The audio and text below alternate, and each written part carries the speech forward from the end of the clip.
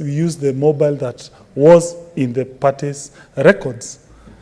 After failing to attend that meeting, there was no apology that was rendered to our party, and we do have minutes which were signed by myself and His Excellency President Uhuru Kenyatta, the party leader of Jubilee Coalition. Mr. Speaker, sir, we serve in these positions, having been given this position by parties, and therefore, when parties lose confidence in you, they have every right to withdraw that support. Remember, Mr. Speaker, sir, when Jubilee Party supported Professor in that position, there was no reasons that were given at all. There was no framing of charges. So in the same manner, when the parties feel they don't have confidence in the Deputy Speaker, we should also be allowed to do the same. Mr. Speaker, sir, one may argue Professor did not receive a message for that parliamentary meeting. That is possible. But under Section 29 of the Evidence Act, there is a concept called judicial notice. It also applies in parliamentary practice. When a matter is so well known, so well publicized, the issue of notice, it goes without saying, is out there. This is a matter that was highly publicized by the media, and therefore it is a fact that everyone knew there was a meeting on Monday, on 11th May 2020. For whatever reason, Professor failed to attend that meeting, and therefore the party lost confidence in him. Mr. Speaker, sir, importance of parliamentary group meetings in this country cannot be belabored. The reason being, Mr. Speaker, sir,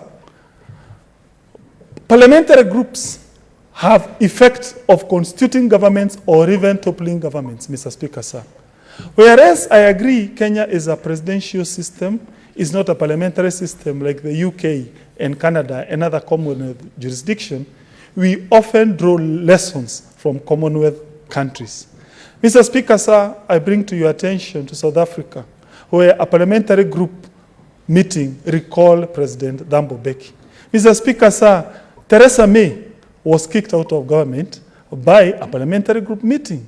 Mr. Speaker, sir, President Trump, who is the president of a country within a presidential system, was saved in an impeachment entity, in a military process, by a parliamentary group meeting. So therefore, when parliamentarians are meeting as political parties, what we have there is what we call sovereignty.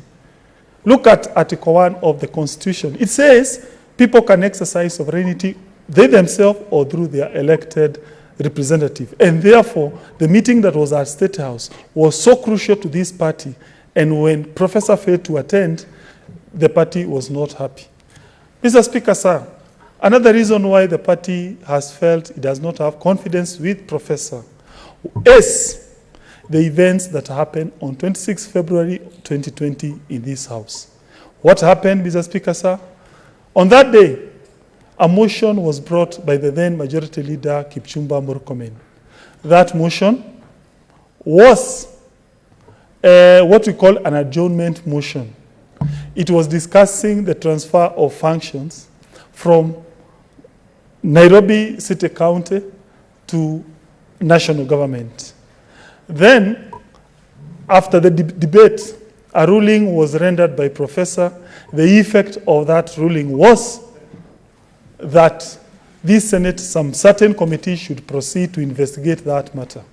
The problem with that ruling, Mr. Speaker, sir, were three. Number one, under the standing orders of this House, adjournment motions do not crystallize into resolutions. Secondly, under these standing orders of this House, that what we call debate ideally should be about ventilations. So, in fact, the minority leader the following day raised a point of order, and the substantive speaker vacated that ruling. Mr. Speaker, sir, the reason why the president has been in the top front pushing for certain factions to go to the national government for Nairobi, he wants to ensure his manifesto is implemented in this country. He wants. What's your point of order, Senator Sakaja? Thank you very much, Mr. Speaker. Mr. Speaker, the Majority Whip, beyond trying to go around issues, has made it clear that indeed, which is what we all believe in, that, Mr. Speaker, if there was no reason for your appointment, there should be no reason for your disappointment. But now we can see him going around in circles trying to look for reasons as to why this removal is being done. Mr. Speaker, would it be in order for me to urge him just to summarize and move and it to be seconded and we get done with this?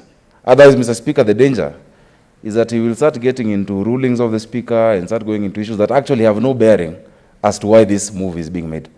And the more he goes into those reasons, many people who have different reasons for supporting or not supporting this motion, Mr. Speaker, will definitely hold a different view.